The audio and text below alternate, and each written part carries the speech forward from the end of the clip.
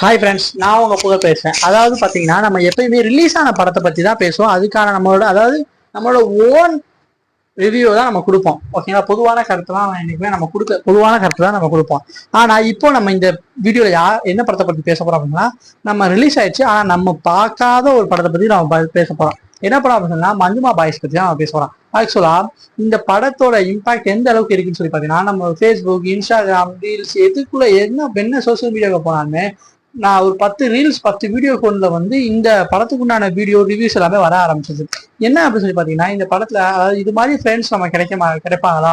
ஆக்சுவலா நம்ம இந்த குணா படம் பார்த்துருக்கோம் இல்லைங்களா? அந்த படத்துல ஒரு பாட்டு ஒரு கண்மணி அன்போடு காதலன், அந்த பாட்டுக்கு அவ்வளவு ஒரு ஃபீலிங்கான சாங். இப்போ வரைக்குமே அது பாட்டு பிடிக்காது அப்படின்னு சொல்லி யாருமே சொல்ல மாட்டாங்க. இந்த ஜென்ரேஷன் ஆகாது, அந்த ஜென்ரேஷன் பீப்புள் தான் இருந்தாலும் சரி. ஆனா அந்த பாட்டு பாத்தீங்கன்னா ஒரு லவ்வர்ஸ்க்கான பாட்டு அப்படின்னு தான் இருந்துச்சு. ஆனா